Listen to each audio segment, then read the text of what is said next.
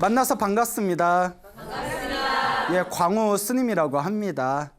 날씨가 많이 덥습니다. 그렇죠? 네. 그래서 날씨도 덥고 해서 오늘은 난랑 특집을 준비했습니다. 그래서 귀신 이야기를 한번 해볼까 합니다. 여러분 귀신 있을까요? 없을까요? 있어요. 있어요? 네. 또 뭐 다 또 없다고 생각하는 분들도 계실 거고요. 저도 솔직히 말씀드리면 저는 귀신을 한 번도 본 적이 없습니다. 그리고 보고 싶지도 않고요. 예, 여러분 귀신 보고 싶은 분 있으세요? 예, 그렇죠. 당연히 없겠죠. 근데 우리 주변에 보면 정말 그 상식으로는 도저히 설명할 길이 없는 미스테리한 또 사건들도 있기는 합니다.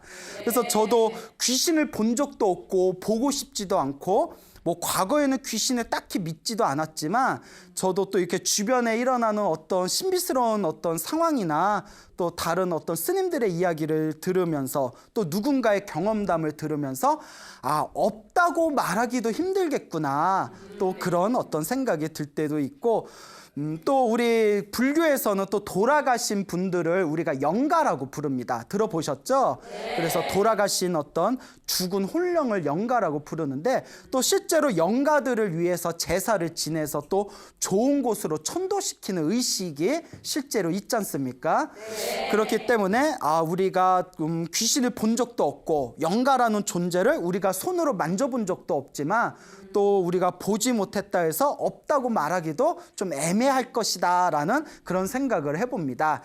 제가 군대에 있을 때 실제로 겪었던 일입니다. 제가 귀신 이야기를 하나 해드릴 텐데요.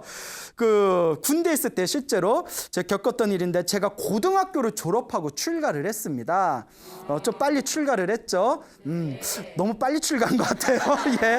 예, 뭐가 좋아서 그래 빨리 출가했는지 고등학교 졸업하고 출가를 하고 이제 스님이지만 대한민국 국민인 이상 국방의 의무가 있습니다.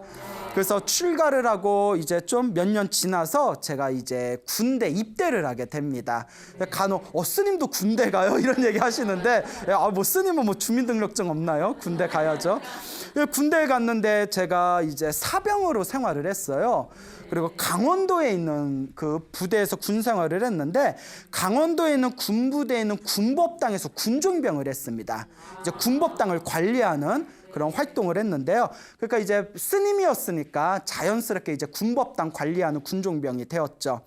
이제 군종병으로 이렇게 생활을 하고 있었는데 저희 군법당을 관리해 주시는 원사님이 계셨어요. 그 뭐 군대 갔다 오신 분들은 원사라는 계급 아시죠? 근데 이제 우리 여성분들은 잘 모르실 것 같은데 무조건 예 하고 보내요. 예? 가만히 보면 습관이야, 습관. 자, 원사님이라고 굉장히 높은 부사관에서 굉장히 가장 높은 계급이 있습니다. 이 원사님께서 그 불심이 깊으시고 법당의 일을 항상 솔선수범해 주시고 그리고 법당 일을 아주 크고 작은 대소사를 챙겨주시던 원사님이 계셨는데 어느 날이었어요. 오전에 원사님께서 불이 나게 법당에 오시더니 저를 급하게 찾으시더라고요.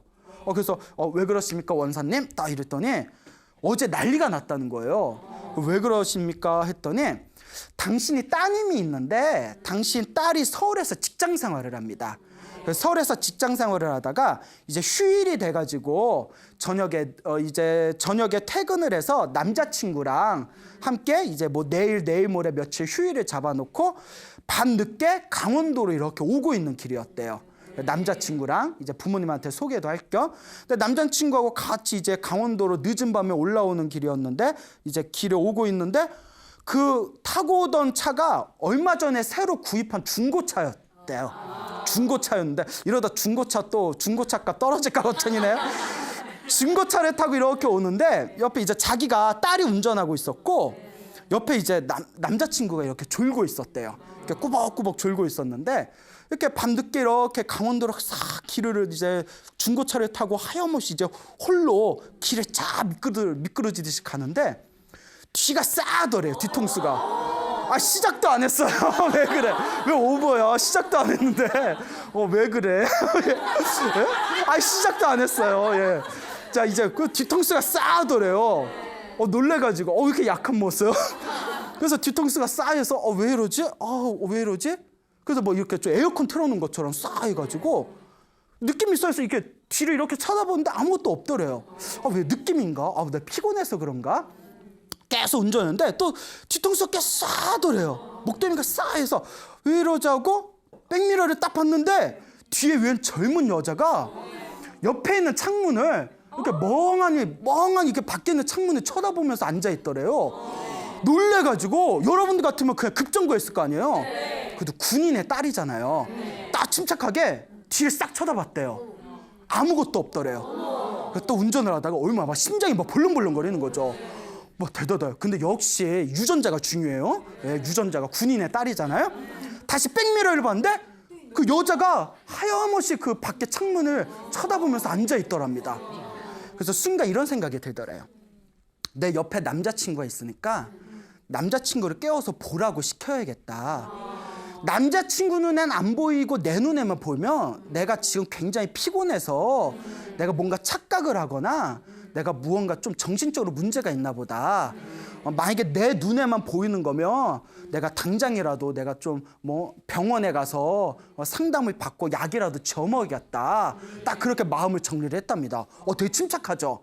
그래서 딱 운전을 하면서 옆에 남자친구 꼈대요. 야 일어나봐. 얼마나 화딱지가 나갔어요. 자기는 손이 부들부들 떨리는데 옆에서 들고 있을까. 남자친구 왜? 이렇게 일어나니까 뒤 좀 돌아봐 했더니 남자친구 뒤돌아봤는데 아무것도 없잖아요.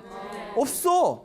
그러면 놀라지 말고 백미러 좀 한번 봐봐. 보여? 남자친구 백미러를 봤는데 이러는 거야. 여자가 앉아서 창밖을 보고 있다는 거야. 그러니까 자기 혼자만 보이는 게 아니라 남자친구하고 자기하고 똑같이 보이는 거예요. 그게 진짜잖아요. 그러니까 뒤에 아무것도 없지? 없어. 백미러는 보이지? 보여. 어떻게 생겼지? 지금 창밖을 보고 있지? 보여. 이러는 거예요. 그러니까 이거 진짠가 보다. 그러면 여러분들 같으면 그런 상황에서 계속 운전해요, 못해요? 그러니까 그런데 독해. 예? 끝까지. 근데 고속도로에서 갑자기 멈추면 방법이 없잖아요. 그러니까 서로 입 딱 다물고 그냥 하염없이 앞만 보고 일단 집까지 왔대요. 집까지 딱 온 순간 차에서 내리자마자 집에 뛰쳐들어가서 긴장이 풀려버리니까 집안에 난리가 났다는 거예요. 저 차를 타니 못 타니 난리가 났다는 거예요.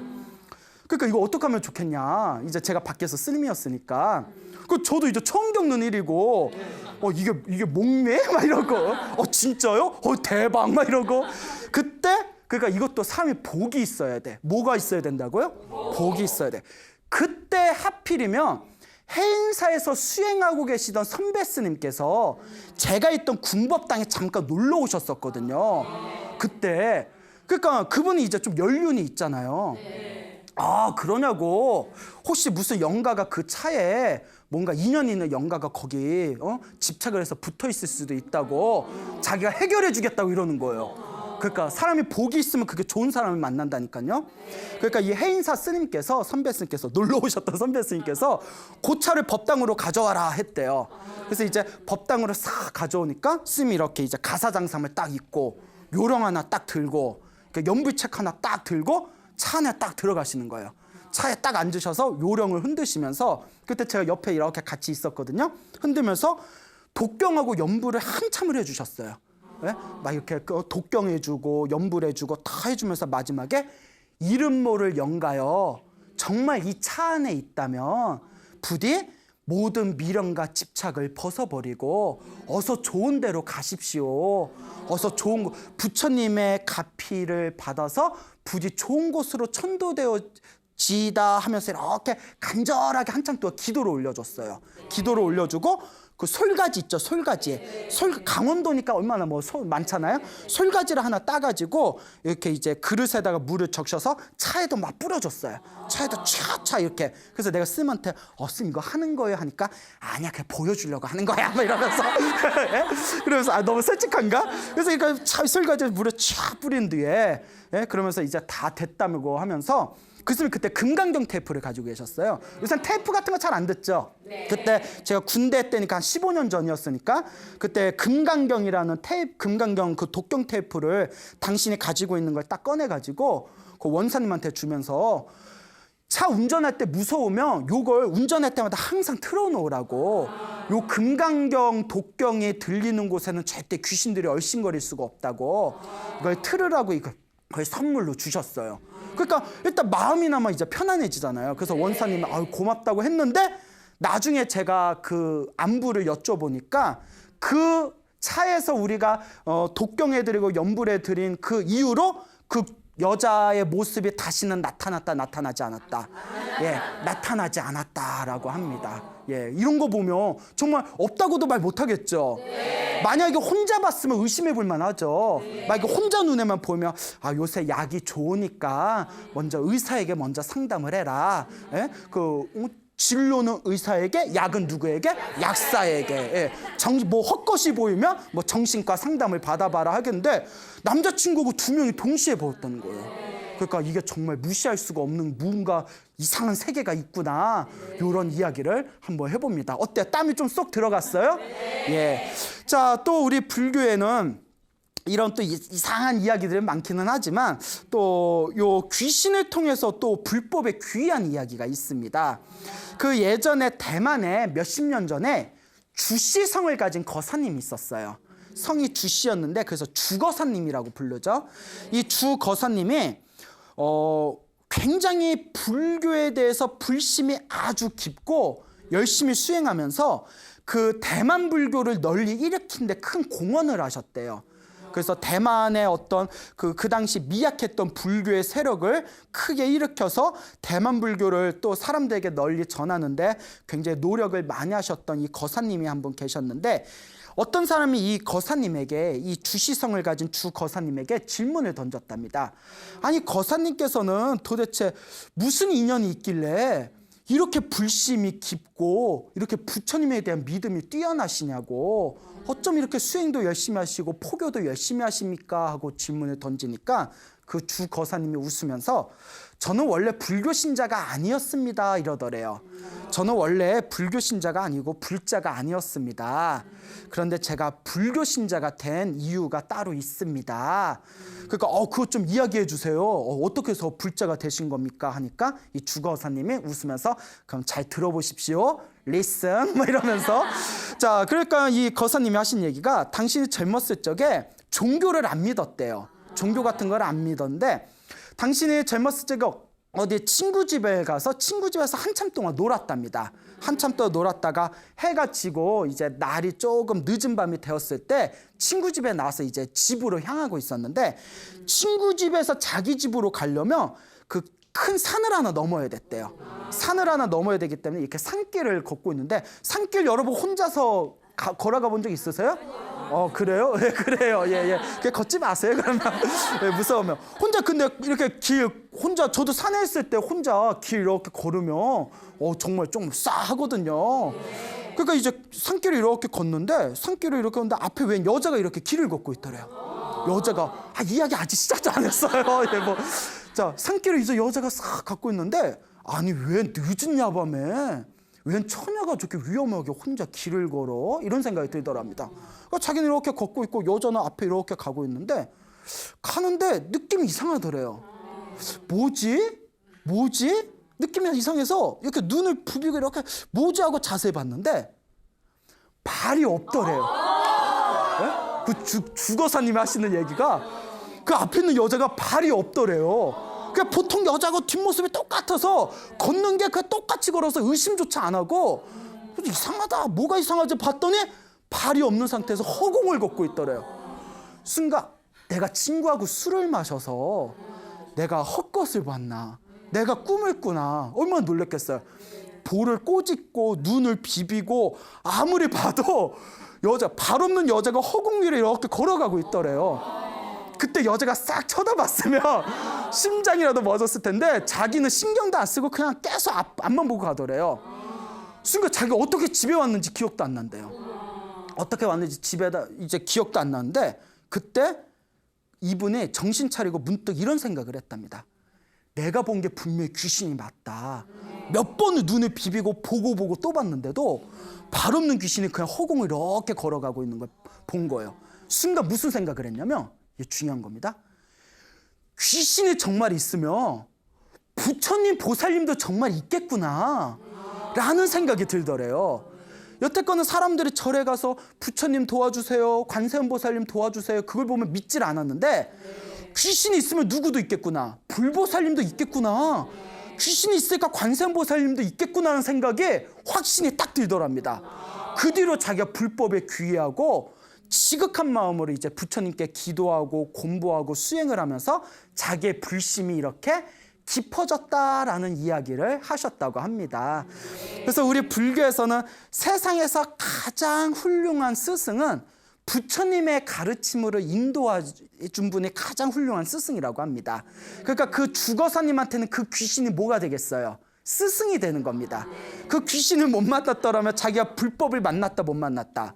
못 만났다. 어쨌거나 그 귀신을 만나가지고 귀신이 있으니까 뭐도 있구나? 불보살님도 있구나 라는 확신이 들어서 불법에 귀의해서 이렇게 복과 선업과 공덕을 짓는 불자의 삶을 살아가게 되었으니 산길에서 만난 그 귀신이 나의 스승이었다. 그런 이야기를 하더랍니다. 이게 바로 귀신을 만나서 불법에 귀의하게 된 어느 거사님의 재미난 이야기가 되겠습니다.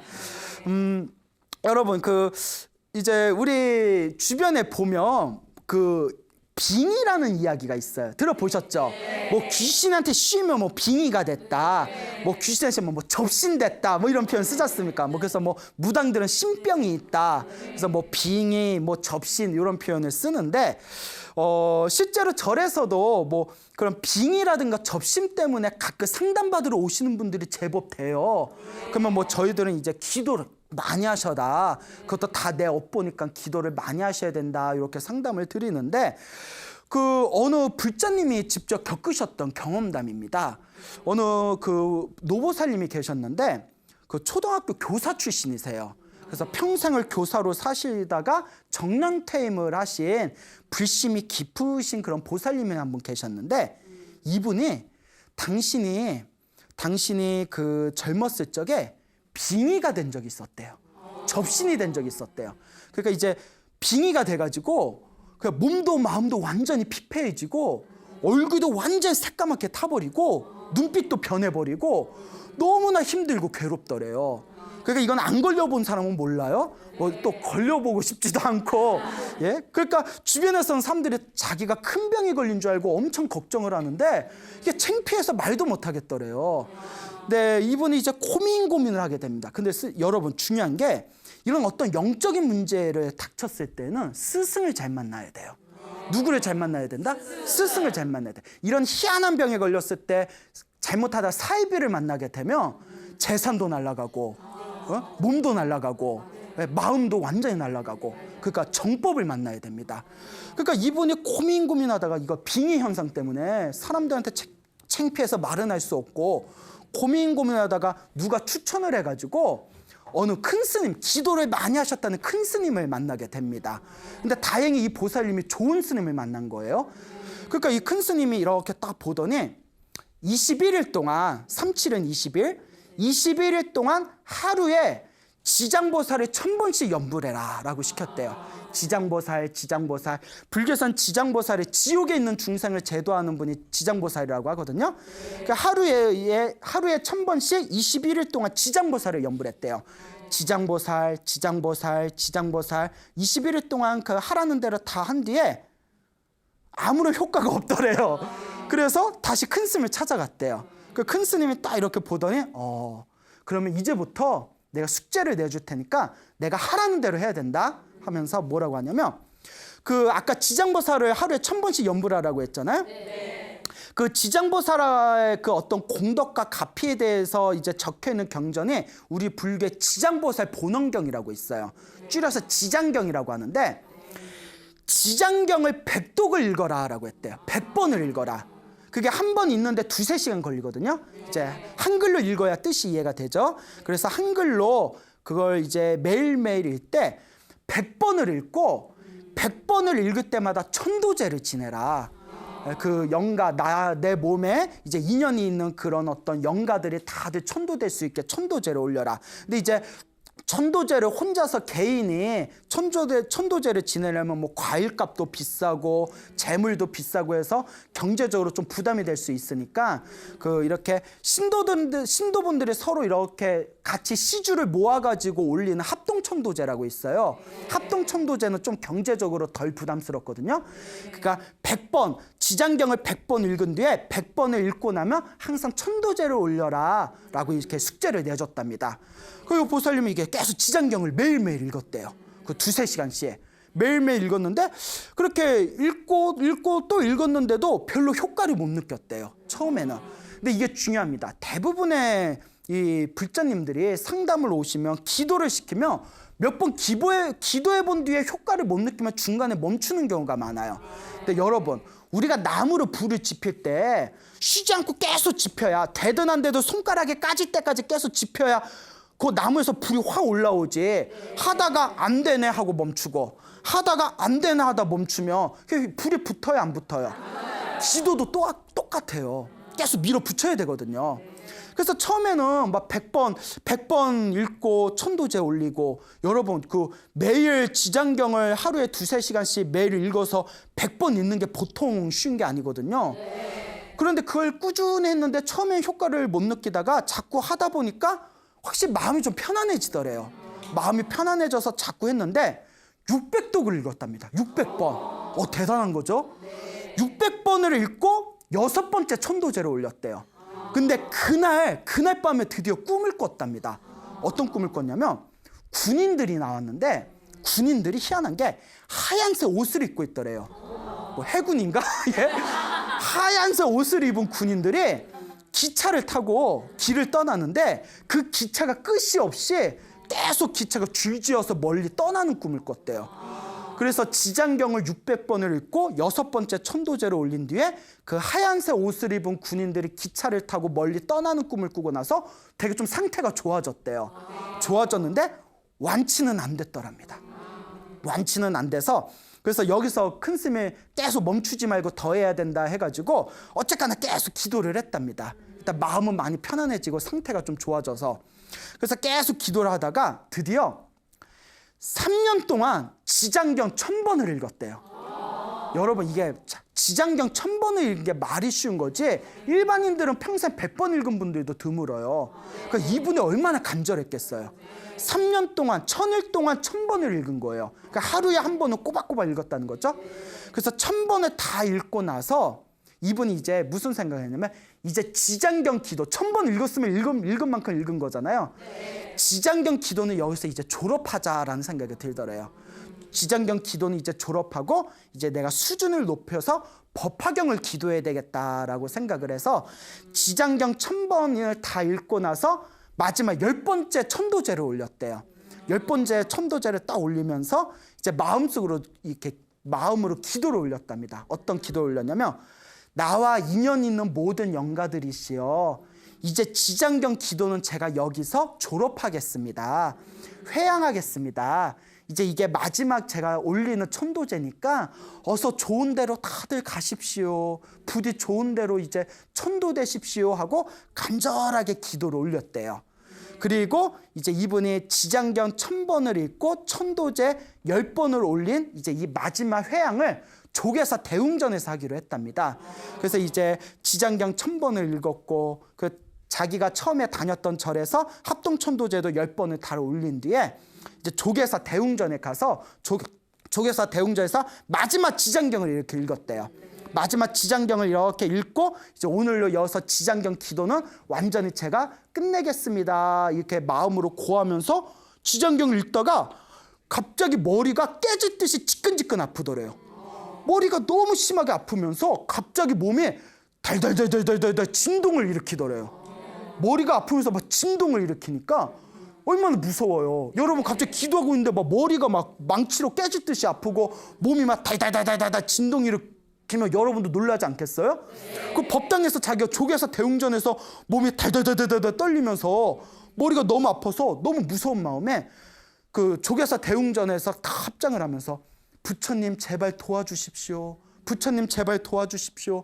저에게 힘을 주십시오 하는 순간 갑자기 머리가 뻥 하고 터지는 느낌이 들더래요. 머리가 뻥 하고 터지는 느낌이 들면서 머리에서 뭐가 쑥 하고 빠져나는 느낌이 들어갑니다. 뭐가 정말 생생하게 뭐가 쑥 하고 빠져느끼는 느낌이 들면서 갑자기가 머리가 맑고 시원해지더래요. 그리고 그날 밤에 머리가 너무나 맑고 시원해지면서 그날 밤에 이제 집에 들어와서 숙면에 취했는데 그날 밤에 이제 꿈을 꿨답니다. 어떤 꿈을 꿨냐면 이렇게 큰 운동장이 있는데 운동장 입구에 수백 대의 관광버스가 있더래요. 네? 숫자를 다 헤아릴 수 없을 정도로 수백 대의 관광버스에 갑자기 운동장에서 숫자를 헤아릴 수 없는 엄청나게 많은 사람들이 우르르 나와가지고 그 수백 대 버스에 다 차더니 그 버스가 멀리 떠나는 꿈을 꿨대요. 그리고 잠에서 깼는데 그 뒤로 완벽하게 빙의가 완전히 사라져 버렸답니다. 예, 믿습니까 여러분? 예. 그래서 그분께서 이제 그와 같이 당신이 실제로 경험하셨던 그런 이야기를 이제 저랑 굉장히 친하게 지내는 우리 청년 불자에게 자기가 있었던 일을 얘기한 것을 그 우리 청년의 불자가 나 법문할 때 써먹으라고 이렇게 자기가 들은 얘기를 해준 겁니다. 저도 이 이야기를 듣고 어찌나 재밌던지 여러분 믿음을 가지시길 바랍니다. 자, 이와 같이 우리의 삶에서 빙이라든가 접신이라는 게 정말 귀신이 일 수도 있고 혹은 귀신이 아니라 내 마음이 만들어낸 전생의 어떤 내가 지은 업보에 의한 일종의 정신적인 착란일 수도 있지만 그게 진짜 귀신이든 아니든 그냥 정신적인 병이든 중요한 것은 얼마든지 내 기도와 내 수행으로 그것을 극복할 수가 있다는 겁니다. 문제는 하나, 꾸준하게 해야 된다. 꾸준하게 해야 된다는 것을 명심하시기 바랍니다. 그 어느 젊은 불자가 있었대요. 젊은 불자가 있었는데 이 불자가 좀 정신분열증이 있었답니다. 그 정신분열증이 있어가지고 이 불자가 그 병원에서 약을 타 먹었대요. 이렇게 약을 타 먹으면서 이제 마음의 수양을 하려고 이렇게 절에 오고 이렇게 청년회에서 활동도 하던 젊은 불자가 있었는데 이 젊은 불자가 이렇게 약을 먹으면서 이 스님들한테 법문을 듣고 불교 공부를 해보니까 내가 이렇게 정신적으로 문제가 있는 거는 내 전생에 내가 지은 업본가 보다.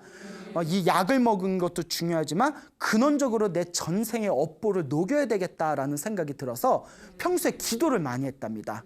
이렇게 절도 많이 하고 기도도 많이 하고 일주일에 한 번씩 직장에 안 나가고 휴일날에는 그 주말에 이렇게 산에 있는 모 사찰에 가서 거기서 일주일에 한 번씩 막 2-3시간씩 막 기도도 올리고 했대요. 그냥 간절하게 그냥 기도를 올리면서 거룩하신 불보살님 전생에 제가 지은 죄업이 있다면 이 업보가 소멸되게 해주십시오. 저에게 바른 그런 어떤 가피를 내려주십시오 하고 하염없이 기도를 했는데 그렇게 열심히 기도를 한 지 한 2-3년이 지났을 때 어느 날 꿈을 꿨대요. 어느 날 꿈을 꿨는데 꿈에 처녀 귀신이 나타났대요. 그분 말씀에 의하면 처녀 귀신이 나타났는데 그 처녀 귀신이 나타났다는 얘기에서 제가 이렇게 질문을 던졌어요. 뭐라고 했냐면 예뻤어요? 이렇게 예? 그러니까 모르겠대요. 잘 기억이 안 난대요. 예? 아니 궁금하잖아요. 그래서 이제 처녀 귀신이 이렇게 나타났는데 그 처녀 귀신이 자기를 이렇게 노려보더래요. 하염없이 노려보더래요. 꿈에서 귀신 본 적 있나요? 꿈에서라도 무섭잖아요. 그래서 하염없이 노려봐가지고 왜 이렇게 나한테 이렇게 노려보지 하고 이렇게 이제 속으로 이렇게 두려워하고 있는데 그 처녀 귀신이 자기를 노려보더니 가까이 오면서 이렇게 얘기하더래요. 네가 나한테 한 짓을 생각하면 천년 만년 더 괴롭혀주고 싶지만 네가 하도 기도를 열심히 해서 너와 나 사이의 원한이 사라졌다. 이제 기도를 이렇게 열심히 하는 너를 더 이상 내가 괴롭힐 수가 없구나. 그러니 내가 아직도 너에 대한 그런 어떤 내가 너에 대한 어떤 안 좋은 마음이 있지만 여기서 내가 이제 원한을 풀고 내가 이제 떠나겠다 하면서 그렇게 꿈에서 사라지는 그런 꿈을 딱 꿨답니다. 그 꿈을 꾸고 나서 그렇게 뭐가 짐이 하나 이렇게 던져진 것처럼 가슴, 몸과 마음이 이렇게 편안하더래요. 그 뒤로 이제 그 약 탈 때마다 의사하고 상담을 하는데 그렇게 얼마 시간이 지난 뒤에 의사가 고개를 갸웃거리더니 상태가 많이 좋아지신 것 같다고 약을 좀 줄여봅시다 하더니 그 꿈, 처녀 귀신이 이제 너와 나 사이의 원한은 여기서 이제 끝내겠다 하고 그 처녀 귀신이 사라지는 그 꿈을 꾸고 난 뒤에 이제 약을 완전히 끊게 되었답니다. 그러니까 그 젊은 불자가 하는 얘기가 어쩌면 자기 전신분열이 자기는 못 느꼈지만 아마 전생에 원한이 있는 처녀 귀신이 자기 몸에 붙어서 자기 정신적으로 그 문제를 일으켰던 것이 아닌가, 그런 이야기를 한 것을 제가 들은 적이 있습니다. 이런 얘기 들으니까 참 무섭죠. 그러니까 여러분 여러분 뒤에 뭐 있다 이래버리면 장난이고요. 이와 같이 내 앞에 펼쳐진 어떤 육체적인 질병도 그렇고 정신적인 어떤 좋지 못한 현상들도 그런 드넓은 어떤 인과 업보의 법칙에서 보면 다 누가 지은 업보다? 내가 지은 업보구나라는 것을 명심하시기 바랍니다. 결국 우리 불자에게 주어진 내 어렵고 힘든 상황을 극복할 수 있는 가장 좋은 방법은 기도를 열심히 하는 거, 그리고 꾸준히 복을 짓는 거, 남을 위해서 복을 짓는 거, 그리고 마음을 잘 쓰는 거, 이 세 가지를 잘 갖추신다면 여러분들의 어떤 좋지 못한 에너지와 부정적인 업보들이 그렇게 조금씩 소멸하게 될 것이다, 믿음을 가지시기 바랍니다. 어느 젊은 불자님의 이야기인데요. 이 불자님이 어렸을 때부터 굉장히 불심이 깊은 집안에서 자랐다고 합니다. 불심이 깊은 집안에서 자라고, 그리고 이분께서 또 공무원 생활을 하셨대요. 그래서 어렸을 때부터 좀 남부럽지 않게 살았는데, 결혼을 했는데, 남편만 믿고 결혼했는데 시댁이 굉장히 이제 좀 잘 맞지를 않아가지고 고부 갈등이라고 하죠. 그래서 좀 극심한 스트레스에 좀 시달렸대요. 그리고 시댁하고 뭔가 좀 잘 맞지도 않고, 남편 하나만 바라보고 사는데 남편도 좀 무뚝뚝하고, 그리고 또 이렇게 살아가면서 스트레스를 받는 상황에서 좀 안 좋은 어떤 일이 생겨가지고 갑자기 자기가 빙의가 돼버렸대요. 자기 말로는. 그것도 뭐 전생에 업보겠죠. 스트레스 받는다고 다 빙의 되는 건 아니잖아요. 갑자기 빙의가 확 돼버리니까 너무너무 힘들고 괴롭더래요. 너무너무 힘들고 괴로워서 막 도저히 자기 삶이 이루어지지가 않더래요.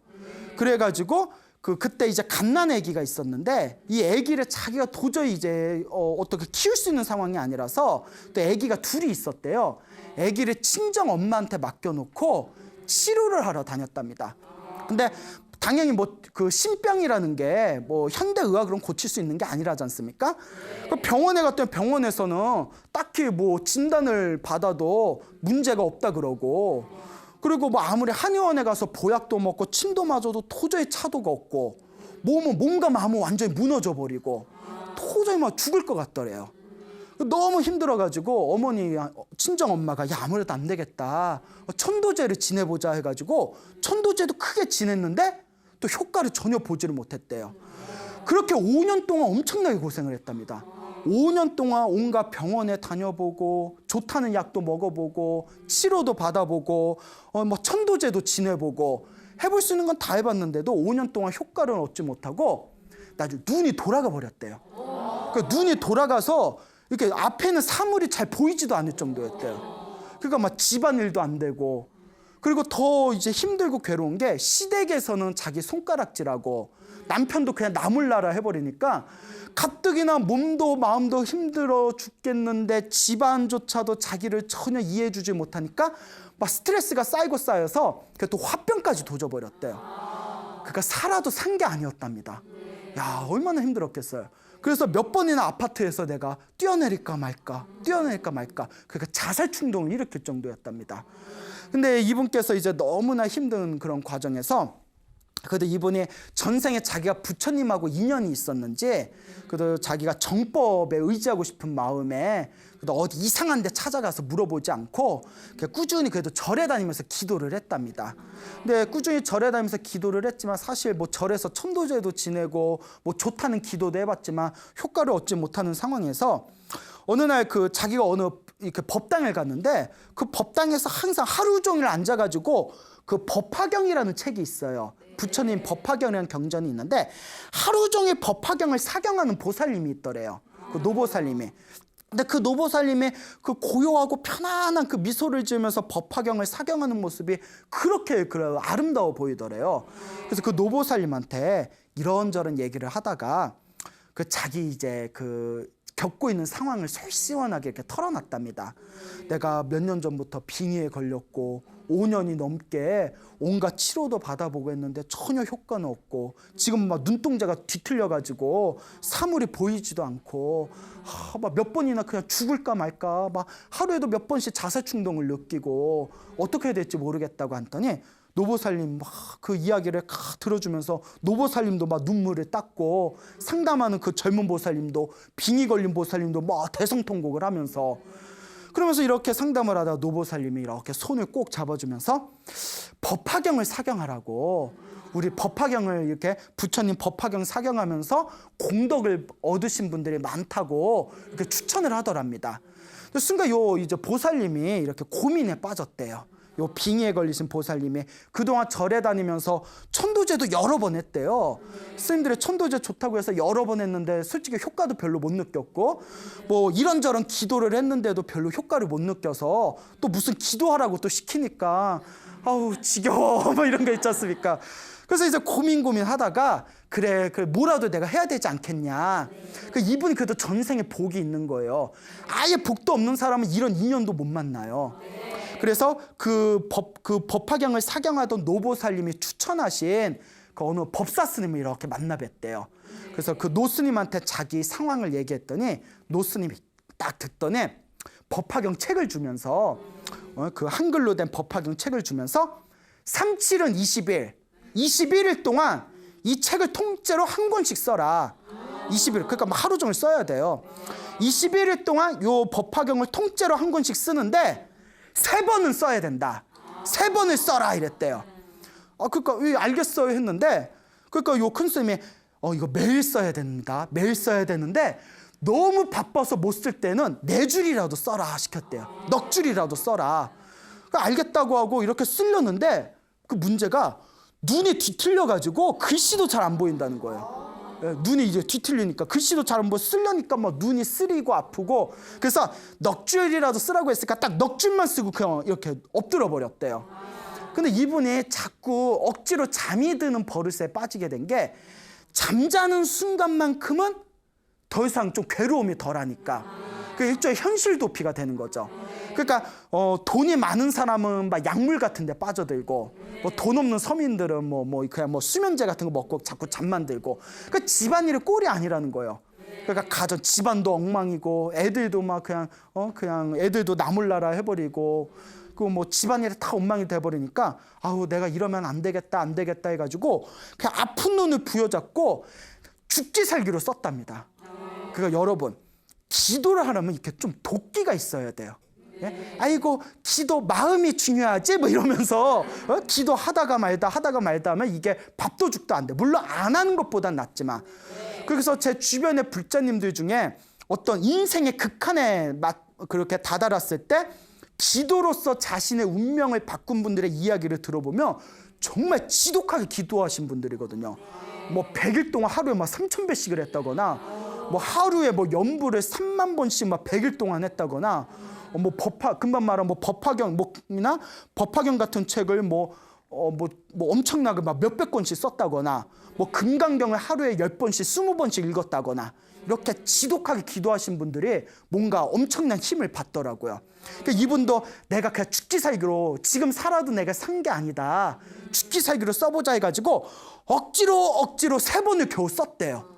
3번을 억지로 썼는데 빙의가 치료되지는 않았지만 눈동자가 좀 돌아왔대요. 너무 신기하다. 눈동자가 돌아와서 이제 글씨가 좀 보이더랍니다. 눈동자가 돌아와서 글씨가 보여서 그래 이제 한번 내가 꾸준히 써보자 해가지고 계속 쓰는데 법화경을 이제 그 사경을 하시던 선배 되는 불자님이 그 자기가 빙의 때문에 법화경 쓴다는 얘기를 듣고 실은 나도 빙의가 있었는데 법화경을 12번을 쓰고 나서 빙의가 사라졌다. 그러니까 12번 한번 끝까지 써봐라. 그 말에 막 힘을 얻어가지고 계속 써서 그 21일 3주에 한 번꼴로 해가지고 12번을 결국 썼대요. 12번을 딱 쓴 순간 빙의가 났다 안 났다? 아직 안 났대요. 안 났대요. 뭐든지 이야기는 반전이 있어요. 그러니까 12번만 쓰면 날 줄 알았는데 12번 써도 안 나니까 이분 약간 시리에 빠졌대요. 왜? 그러면서 속으로 10년 동안 고생을 했는데 빙의 때문에 10년 가까이 고생을 했는데 12번 썼다고 나았겠냐. 내가 좀 더 해야 되겠다 해가지고 계속 썼답니다. 계속 써서 20번까지 썼대요. 또 20번까지 썼는데 대단한 거예요. 그래서 여러분들 나중에 혹시 기회가 돼서 써보면 알겠지만 한 번 쓰는 것도 힘들어요. 20번을 쓰고 나서 마음이 많이 편안해지고 상태가 좋아지긴 했는데 역시 효과를 못 봤대요. 그때 엄청난 슬럼프가 왔답니다. 써봤자 효과도 없는 것 같고, 큰 스님은 3번 쓰면 된다는데 3번 써도 효과 못 받고, 12번 쓰면 된다고 어느 보살님이 얘기했는데 12번 써도 효과 없고, 20번 쓰니까 마음은 편안해지고 상태는 좀 좋아졌는데 역시 완치는 안 되고, 슬럼프가 엄청나게 쓰나미같이 밀려와가지고 포기하는 상황이 왔대요. 그러다 여기서 포기하면 죽도 밥도 안 되는 거예요. 내가 이거 아니면 뭘 하겠냐, 할 것도 없는데 한번 계속 해보자고 이를 악물고 몇 번이나 중간에 펜을 놓고 싶은 그 마음을 억지로 부여잡고 30번을 썼답니다. 30번을 쓰는 순간 몸과 마음이 편안해지고 뭔가 자기 상태가 굉장히 좋아진 게 느껴졌대요. 그리고 33번을 쓴 순간 몸과 마음이 아주 고요하고 편안해지면서, 그리고 자기를 괴롭히고 있던 아주 극심했던 빙의로 인한 두통이 싹 사라져 버렸답니다. 그 주변에서도 자기를 보는 눈길이 바뀌었대요. 뭔가 상태가 너무 좋아졌다고. 그때 33번을 딱 마치는 순간 확실한 어떤 효과를 보면서 그래, 진짜 이거다라는 확신을 가지고 쓰고 써서 50번을 채웠답니다. 여러분, 책 한 권을 50번 필사를 한 건 대단한 겁니다. 50번을 쓰고 나서 자신의 삶을 뒤돌아본 순간 빙의에서 완벽하게 치료가 됐답니다. 그리고 이분께서는 이제 더 이상 빙의를 치료하기 위해서, 접신을 치료하기 위해서 사경을 하는 것이 아니라 부처님의 은혜를 갖기 위해서, 자신의 수행을 위해서 지금은 108번을 쓰는 걸 목표로 지금도 사경을 하고 있다고 합니다. 자, 이와 같습니다. 여러분, 만약에 어떤 보이지 않는 영적인 혹은 정신적인 문제 때문에 고생하시는 분들이 있다면 단순하게 생각하십시오. 그것도 내가 전생에 지었던 나의 빚입니다. 전생에 지었던 나의 업보를 풀 수 있는 숙제는 하나밖에 없습니다. 여러분, 기도하고 복을 짓고 마음을 잘 쓰시기 바랍니다. 기도하고 또 기도하고 또 기도해서 여러분들의 업보가 소멸되고 여러분들의 업장이 진정으로 참회가 된다면 여러분들 삶에 새로운 아름다운 행복과 희망이 솟구치게 될 겁니다. 여러분 믿습니까? 네. 여러분 행복해지고 싶습니까? 네. 행복한 삶을 창조하고 싶습니까? 네. 복을 지으십시오. 선업을 지으십시오. 공덕을 쌓으십시오. 복과 선업과 공덕이 여러분들을 진정한 행복의 길로 이끌어 줄 것입니다. 오늘 여기서 마치겠습니다. 소중한 나 무한 행복.